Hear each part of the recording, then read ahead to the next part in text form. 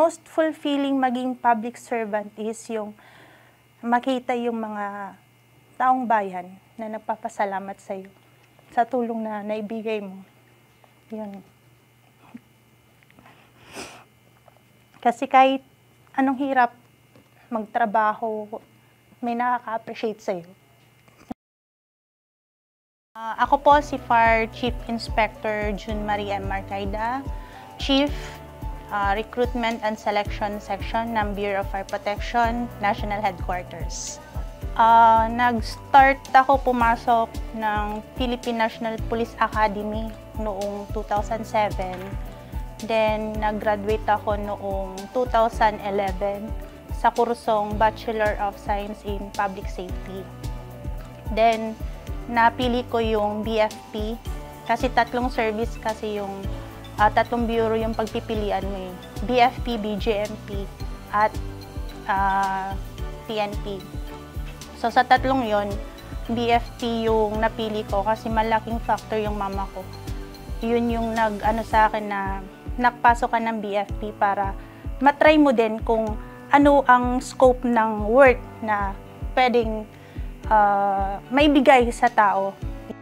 Ako yung chief ng recruitment dito sa Bureau of Fire Protection na National Headquarters. Ako yung naka-task na yung mag-secretariat sa board para sa screening, sa selection. May due process kasi siya, stage by stage. Kami ang safekeeper ng mga documents, kami ang taga-process ng mga documents ng mga bagong papasok sa bureau. Pero yung impression kasi ng mga tao, lalo na sa community, pag sinabi kasing bumbero, lalaki yan eh. So, na-assign ako dati sa fire operations. 6 years ako sa fire operations, but then pag nagtatanggal na ako ng gears, pag tapos na yung fire operations namin, nakikita nila, oh, babae pala yun siya. So, doon ko na-prove na pwede din gawin ng babae yung ginagawa ng mga lalaki when it comes to work. Very challenging at yun ang pinaka-forte ko eh, yung fire operations. Doon ko nakilala yung strength ko, doon ko nakilala yung patience ko.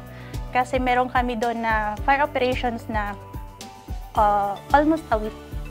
As in, doon kami nagpapalitan ng shifting. Tuloy-tuloy siya, wala kaming tulog hanggat hindi na-apply yung sunog. So, doon kami nagpapalit. Yung strength mo doon mo kasi madidetermine kung hanggang saan ang kaya mo. So, yung pinaka-love ko talaga is fire operations. Tumagal ako ng 6 years doon. Dapat embrace mo kasi siya, dapat enjoy mo yung trabaho para maging madali lang lahat. Kasi every day is a very, very challenging day dito sa BFP kasi hindi mo din alam kung ano yung magagampanan mo in a day, anong service ang ibibigay mo sa community kasi hindi din natin alam kung kailan darating ang calamity, sakuna, ang sunog. So doon ako na-challenge eh, kung hanggang saan yung kaya kong ibigay na tulong sa community. So never pumasok sa isip ko magpalit ng service.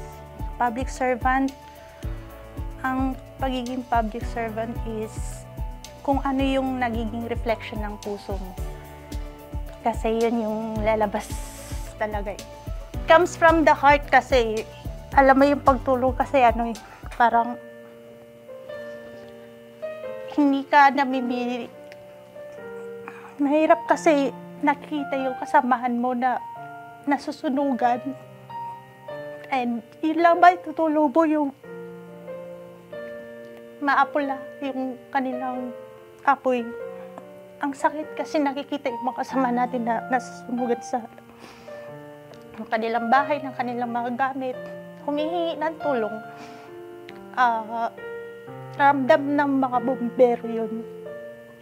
Pero hindi kami pwede magpakita na naiiyak kami. Kasi ano eh, kailangan namin gampanan yung trabaho namin. Ito, masakit pag sa bawat responde, lalo na yung may casualty, hindi nakakalabas na mga bata. Tapos pag mag-retrieval kami, makikita mo, andyan na yung katawan nila. Nakakaiyak. na sana ginawa pa namin yung extra talaga namin na kung gusto namin may extra powers kami ba para i-save sila. Pero hanggang doon lang kasi talaga kaya namin.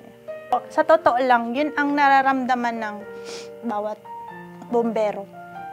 Lalo na pag, alam mo yun yung maramihan na, yung nasusunog na bahay, hindi mo alam kung sino yung uunahin mo eh. May time na aagawan kami ng hose. Nun. Gusto talaga namin makatulong pero wala eh.